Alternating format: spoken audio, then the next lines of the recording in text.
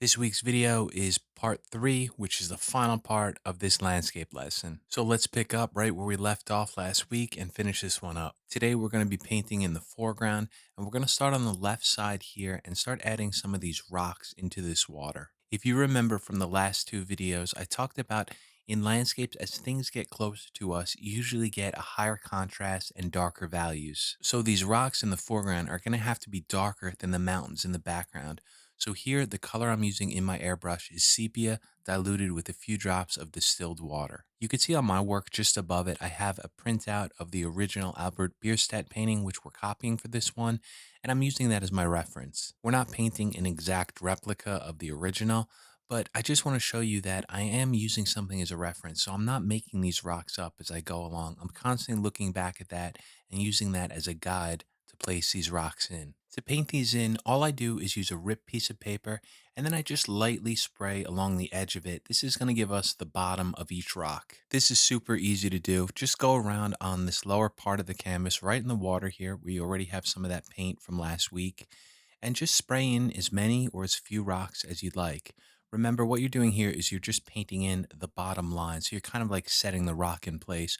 And then what we'll do from there is we'll just add some more shadows to the left side of each rock, some highlights to the right, and then we'll use an X-Acto blade to flick out a few lines of paint right underneath to make it look like some water splashing. In between these rocks on the lower side of the canvas where the rocks meet the shore, you can see that I'm just spraying a few little dots and just some random textures in there to make it look like some more things are going on there. So it's just not completely flat. Maybe some small rocks or some small pebbles in that area. And just to remind you, this whole area was painted in only using sepia. From here, what we're going to need to do is add some highlights to these rocks. I'm using a normal stick eraser for this, and I'm just going to go to each rock and just erase, scratch out a highlight on the right side of each one. This is easy to do. You want to let the eraser do the work. When you scratch out the paint, it's not going to pull out all of it, so it's going to give you a natural looking rock texture.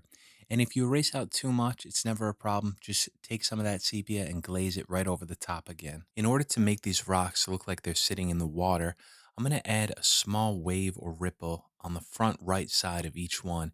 And to do this, I'm using an X-Acto blade. With the X-Acto blade, I'm basically just scratching out some paint along the lower side of each rock. What this is going to do is going to give us a specular highlight, like some water is kind of crashing against each rock and catching some light. So it's just going to make it look a little bit more natural, and it's going to make it look like these rocks are sitting in water. I'm not going to get carried away and try to go into a lot of detail here. The point of this is just a bunch of little details so that when the viewer looks at this landscape from a distance, it looks natural. Just like the mountains in the back, I'm going to layer some highlights. So I'm switching over to an electric eraser and then just touching this on the right side where the highlights are on each rock. This is going to help add some brighter highlights on the rocks, and it's also going to help them look like they may be wet and they're reflecting some specular highlights. For this area that's touching the water, kind of like a small beach or sand, the color that I'm using here is yellow ochre. And I just want to spray this along this whole area just to get rid of that white of the canvas so I have something down in there. While I'm doing this, I want to say thank you so much to Ken, who donated 10 pounds from last week's video as a super thanks. Thank you so much, Ken. That's really nice of you, and I really appreciate it. And thank you so much, Jeremy, for rejoining as a Tier 2 member. That's very generous of you, Jeremy, so thanks so much. In order to paint this large rock that's kind of jutting out into the water like a peninsula, I'm starting here with the sepia and a ripped piece of paper, and I'm just kind of mapping in where the shadow is on the lower part of it. And with this sepia in the airbrush, I want to go along this beach area here, using that ripped piece of paper to spray in a few lines and make it look like there's some textures and maybe some small shadows here in that beach. This color is also going to help mute some of that yellow ochre so it doesn't look too saturated. It's just going to flatten it out and make the color look a little bit more dull. I'm holding this ripped piece of paper at a very subtle angle, and I'm just spraying some of this sepia along the edge of it. This is going to help make that sand look like there's some crevices in it, maybe some small paths. Again, just something to help break it up. When we're using an airbrush to spray in anything, we're always going to naturally get that soft look. And that's one of the hallmarks and great things about using an airbrush. But unfortunately, when we need textures like we need on the sand here, that's actually going to hurt us. So the best way to go about it is try to find some tools that'll help break up that softness. So rip pieces of paper where you spray along the edge to add some shadows in, maybe a skin texture template like I used in some of my portrait lessons, Or one of the easiest is just using an eraser to scratch up and break up some of that paint. There's no one way to go about adding textures. I'm always experimenting.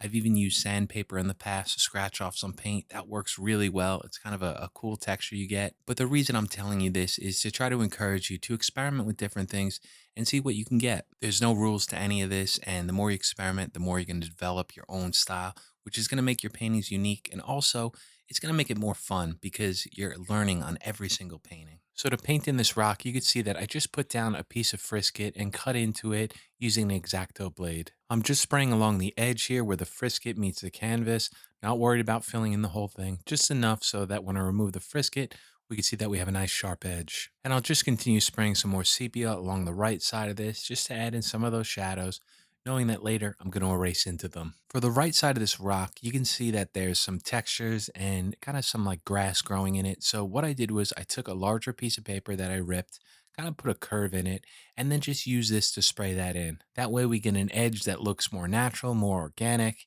and it's going to help us later when we add some of the grass to this area. I'm going to fill in this grass area right now just using sepia. We're eventually going to switch over to a green later, but this will work for now. As long as we have some color in there, we could switch over to our eraser and then start scratching into it. For some of the grass textures, I'm using an eraser here, which I cut an edge to, and then I'm just flicking out a few lines, making sure that they go over this edge. Don't be worried about erasing past the edge of this, erasing into the water. That's going to make the blades of grass look more natural, like they're growing up past this section. For the rocky texture, I'm using the same eraser. And what I'm trying to do here is just not use too much pressure. I'm just trying to go over each area a few times, let the eraser pull out as much paint as it wants to. Again, this is going to help with the randomness. It's not going to make it look like erasing lines. It's just going to make it look kind of like a rock texture, which is what we're going for. By no means is this photorealistic, but it's simple, it's quick, and it does a decent job of getting the effect we're after. Just like the mountain in last week's video, I'm going to paint in some of the rocks the exact same way. I'm using a ripped piece of paper, spraying right over the edge, and that's going to help put in those shadows. Those shadows are always going to be on the left side, and then I'll come in with an eraser later and pull out highlights to the right. This is pretty straightforward. You don't have to copy these exactly. Just take a look at what I have here and do the best you can to place in your ripped piece of paper in a similar position and spray over it. There's a lot of room for error in landscape, so just remember you don't have to try to copy everything perfectly. After all those shadows are placed in, we're doing the exact same thing we did on the mountains, but this time I'm using a stick eraser and I'm just erasing to the right side of each shadow. Again, these rocks don't have to look exactly like the ones I painted. They don't have to look like the original Bierstadt one. All you have to know is that each rock is going to have two things, a shadow on the left and highlight on the right. So you could place them wherever you want. And you could kind of have fun with this. You could really, change the landscape to make it look like something you want to instead of just copying it exactly. And it's pretty easy to do as long as you use that trick of using a ripped piece of paper. It's going to help give you a natural looking edge for those shadows. Going back to the electric eraser, I'm going to tap in some areas just on top of these original highlights to make it look like there's some brighter highlights mixed in with those original ones. So this procedure is add some paint, erase into it, add some paint again, and you could just keep layering these over and over to get some very realistic looking textures. For some of the larger rocks down here at the bottom, I'm still using the ripped piece of paper. I'm not doing this freehand just yet. I still want these to be sharp. And you can see on this one here that actually sprayed the shadow behind it. That's going to make that rock that's in the background look like it's casting a shadow onto it. This time to pull out highlights, I'm going right back to the electric eraser and then just tapping it around, almost bouncing it on each one of these rocks to give a bunch of small little dots, a bunch of small little highlights together. I'm trying to keep them close together so that when you look at it from a distance, it looks like one highlight instead of a bunch of small dots. And you'll see as I'm working on this, I'm just kind of jumping all around, scratching into some areas and then adding some more paint, continually building these up to make it look like there's some more texture there. I don't know if messy is the right word, but that's kind of what I'm thinking when I'm doing this. I'm just trying to break up anything that looks too clean using the eraser and the airbrush to make it look a little bit messy because messiness adds that randomness that we need. There's no way we could paint every single pebble and every grain of sand, right? We need to add some type of effect that gives us the illusion of that. And at this point in my life, I just found that an airbrush and an eraser are just one of the best tools to create this effect, this illusion. From here, I'm using a green that I mixed myself, and this consists of 10 parts of moss green and then about 1 or 2 drops of scarlet. The reason that I'm adding the color red is that red is a complementary color to green, and when you mix a few drops of that, it helps desaturate the green and it also makes it slightly darker. As I paint around with this color, I'm trying to add some texture in by spraying some small dots around, but mainly I'm using it to fill in the white side of this canvas here. Once that's done, I could erase into it like I'm doing here, just pulling out some vertical strokes to make it look like some grass is growing. Let me slow this back down to real time so I can show you what I'm talking about. You can see that I'm just lightly resting the eraser on the canvas and then I'm basically jiggling it up and down. I'm not pressing hard on it at all. I'm just going up and down, and just going kind of left to right and letting the eraser pull out random lines. The process for painting grass is kind of similar to the way you paint hair in a portrait. What I mean by that is when you're painting in grass, you're not trying to paint in every single blade of grass. You're just trying to erase in some masses, which are highlights, and then you're going to add some shadows around those. It's very similar to the way that you paint hair. There's no way you could paint every single hair when you're painting a portrait. So what you do is you erase out large masses of highlights, and what you're doing is you're painting locks of hair, large sections of it. And when a viewer looks at it from a distance, you get the illusion like it's a ton of different hairs. So it's the same thing kind of here with grass. We're not painting all of them, but when you stand back and look at it, it looks like grass from a distance. Another tool that works well is an electric eraser. So as you can see here, I'm using a Dremel, which has a sand eraser connected to it. And again, I'm not pressing hard with it. I'm just trying to rest it on the surface of the canvas. And I'm just trying to move it around kind of in vertical motions up and down and move it around the canvas. But I'm not jumping from one large section to another. I'm moving slowly from one section to another. I'm making sure any area that I work from gets plenty of that texture in it before I go to the next. So as I speed the video back up, you're just going to see that I'm doing the same thing over this whole area. The most important thing with using an electric eraser is just try not to press too hard on it. These are always extremely aggressive, and if you press too hard, it's going to pull out a pure white highlight, and it's not going to look anything like grass. So just try to hold it lightly and just move it up and down, pulling out small, thin lines. I don't think we're going to need the final painting anymore, so I'm going to keep this full screen for the rest of the video. And looking at those highlights after we erase them out, we can see that they're too bright. So I'm using that green mixture, that desaturated green, and then lightly glazing it, spraying it over this whole area to just help push those colors back a little bit more, make everything look a little bit darker, and also kind of mute down those highlights. You're going to see that the transparent color is not going to cover all of them up. So we're still going to see some bright areas there, but it's just going to make everything look more natural. Once I fill in this whole area, I'm going to switch back over to sepia. I'm going to add a few of these rocks that you see on the lower side of this painting in. These areas of rocks in between the grass are going to be pretty dark because the hill of grass behind it is casting a shadow on them. So the way I'm going about this is using that ripped piece of paper to just kind of block in almost two rectangular shapes here and then spray a good amount of paint over them because I know I'm going to want these dark. We're going to need some texture on them later, but it's a good idea just to get them pretty dark now so we have something to erase into later. And since I have that sepia in the airbrush, I'm just spraying some over the right side of the canvas where grass is going to be later, just so I have some color down there. I know this color is going to need to be green, but if you put that sepia down first, it's going to help mute the green when we eventually spray it over the top. The tool I'm using here is a large sand eraser and it's made by Tombow. I found this eraser to be very useful for the right side here to scratch out some highlights where this grass is going to be. I'm just pressing this to the canvas, not using a lot of pressure, and you'll see that it kind of pulls out larger highlights. They're not small like that we got from the electric eraser or the stick eraser. So these are going to be larger masses of grass where light is kind of catching it, making it a little bit brighter than other areas surrounding it.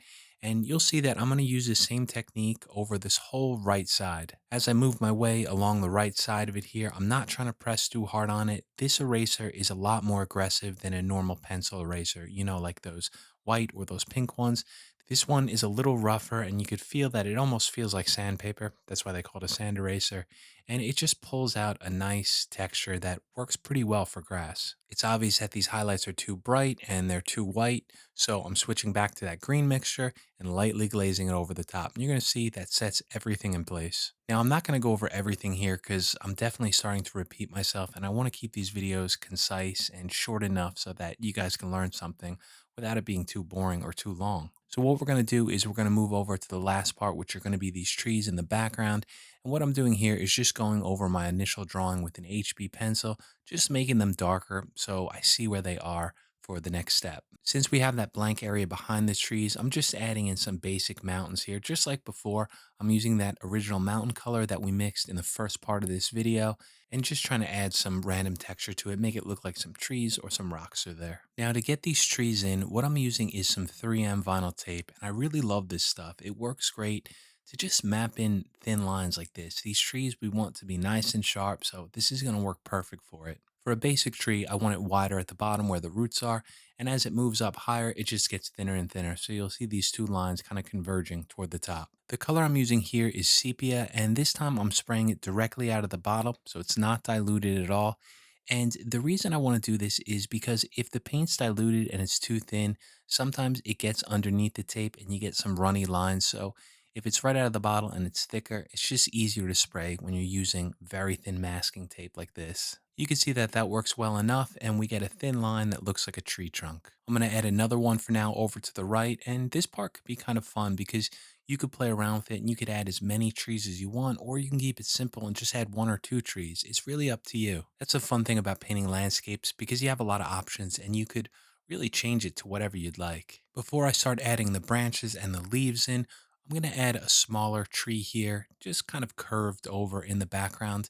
I want this section to look like there's a lot of stuff going on, a bunch of trees, so it almost looks like the start of a forest. From here, for some of the thin lines like the branches, I'm using a black colored pencil, and this is called a very thin, made by Prismacolor. Now, the reason that I'm putting in branches first is that it's going to be a guide for me so that when I switch over to the airbrush to add in the leaves, I know where each mass of leaves are going to be. Just like the trunk of the tree with branches, I like them wider at the base where they connect to the trunk, and as they move out farther away, they get thinner. I don't recommend using an airbrush for this because the lines are going to be too soft.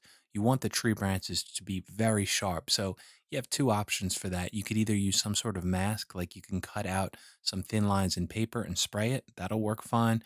But for me, I just found out that it's just so much easier to use a colored pencil, and there's nothing wrong with mixing your media. It works fine. I've been doing it for years. So use a colored pencil for this and just try to add in as many as you want. Another option too is a very thin paintbrush, like a liner. You could just, brush these in very quickly.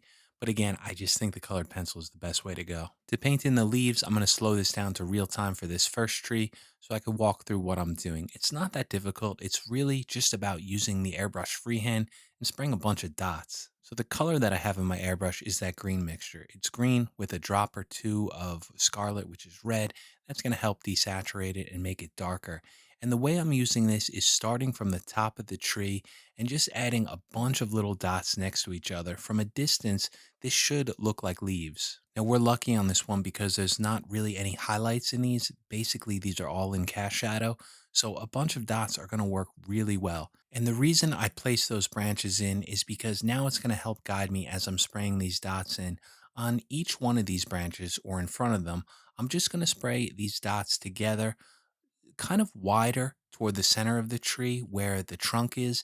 And then as they go farther away from it, they just get lighter and you have less of them. And I'm going to follow this process down the whole tree, but as I move farther down, these are going to get wider. So very thin at the top and wider as you move down toward the base. When you're painting trees like this, it's definitely kind of a slow process, but it's still pretty easy. As long as you don't rush and you keep those dots next to each other, you don't want to jump from one large branch to another. You want to keep everything together. It's kind of like what we did with the grass down below when we were racing out highlights. We don't jump all around, just stay in one area and work on it. And if you get tired, make sure you take a break and come back to it. One of my biggest pet peeves with any type of art is speed painting or speed drawing. There's really no need for that. Just learn to take your time and enjoy the process. Now, as I said, we don't need to add highlights to this because you can see this works well enough. But if you want to add some, I'm going to show you what you could do here. Again, going back to that electric eraser, you could just tap in some small bright areas here to make it look like light is catching some of the branches out. Again, it's really not needed, but if you want to, this is the easiest way to do it. But if you decide to do this, you're going to have to switch back to your airbrush like I'm doing right here and spray a thin layer of that green over the top of it because you don't want those highlights to look like there's some snow on the tree or something like that because they're just way too bright with that eraser. So spray a light coat over the top of these if you decide to do it and it'll work out just fine. Just like everything else in this painting, these tree trunks are going to need highlights, and as we know, the light is over to the right. So I'm just using my eraser to scratch out some paint on the right side of each tree trunk. This is going to help round them out. Now I'm just going to do that same process over and over, about another 5 times to help fill this area in. The more trees you add, the more it's going to look like a forest. Of course, it's up to you as the painter to decide how many trees you want and what you want your landscape to look like, but the process of adding in trees is pretty simple. So just to go over it one more time, I like to start by using that 3M vinyl tape, which I'll have linked down below, and that works great to get the very thin lines for the tree trunk. A tree trunk should always be wider at the base where the roots are and thinner as it moves up toward the top. From there, switch over to a black Prisma colored pencil to start adding in the branches. And just like the tree trunk, branches are going to be wider, closer to the tree trunk, and thinner as they move away. One thing I like to do as well is make the branches wider as they move farther down the tree. And then from there, all you need to do is switch over to the airbrush with that green color and spray in a bunch of little dots, smaller at the top, and as you move down, make them wider. And don't forget to use your eraser to pull out highlights on the right side of the trunk. The simple highlight on the tree trunk really goes a long way and helps give that 3D illusion. So that's it for this one. I really hope that this 3-part lesson was helpful and I hope you learned something. You could watch videos of painting and YouTube lessons all day long, but the only way you're ever going to really learn to paint is by doing it. So set up a canvas and try this one out. Just don't be hard on yourself and don't worry about making those mistakes because they're always going to help you in the long run. Thanks again for watching. I hope everyone's well. Hope you guys have a great week, and I'll see you back here next Friday.